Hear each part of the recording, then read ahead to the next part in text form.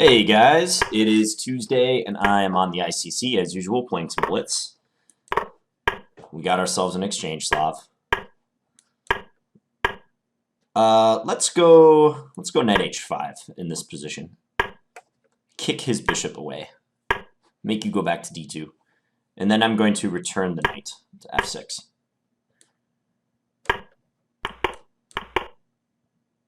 This is an extremely boring position. I don't think anyone would disagree. So he's going to go b4. Well, that's fine. It's fine by me. Let's go knight e4. I don't know who this dude is off the top of my head.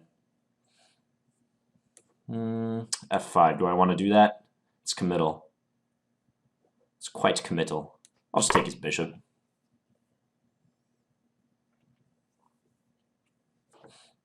Who's this guy? He is unknown. All right. c8. And maybe bishop d6.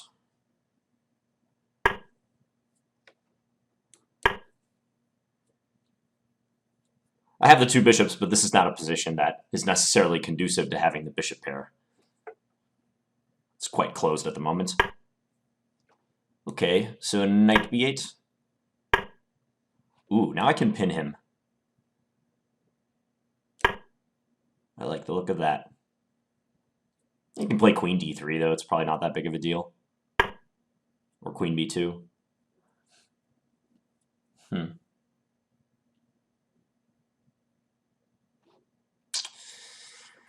I'll go here, just attempting to double up. If he goes knight takes d5, that doesn't work because I take on c1 with check, and then I take his knight. So my rook, even though it's hanging on c7, and I have to look at tactics like that, it doesn't appear to work for him. Okay, now let's just do this. If he takes, it's fine.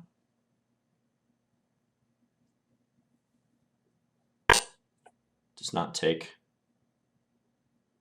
Just pushes. All right, let's make Luft. Make Luft, not war, right? King g7, let's get off the back rank. Let's take this guy. He should take with his knight. So if he takes with his rook, I have bishop a3. Ooh, he fell for it. He fell for the skewer. And he resigned. Well, if he takes with the knight,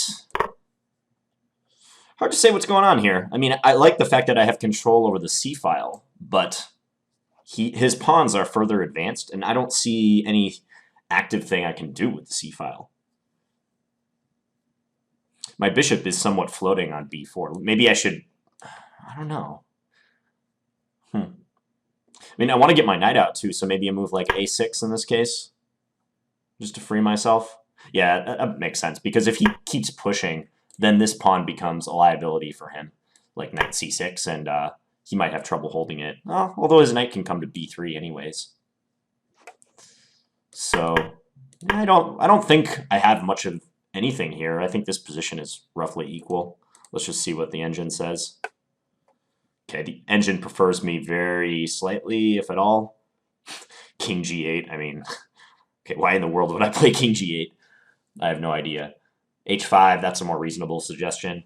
This pawn structure, by the way, h5, g6, f7, that's a great pawn structure in so many situations. You just have one weakness, really, the f7 pawn, and it's easy to defend. And it's better than having like an analogous structure. Like, let's say I played f5 here. In this case, black also has a single weakness if we're just speaking in terms of those three pawns. But then the 7th rank is open. So that's why, like, in a lot of endgames and even a lot of middle games, it's very strong to have the h5, g6, f7 construction. Or for white, the h4, g3, f2 construction. Okay. Yeah, this game wasn't anything to write home about, really. I think he probably misplayed it around here. I don't think b5 was that good, giving my dark square bishop scope. If I were him, I'd want to keep these pawns where they're at and limit my dark square bishop, because my other bishop is certainly restricted at the moment. So maybe he should build up. Like I see the computer suggesting knight b5. I mean, I think he'd like to jump a knight into c5 eventually. All right, so nice to get a quick win against a grandmaster. Hope you guys enjoyed that exchange Slav game, and have a good day.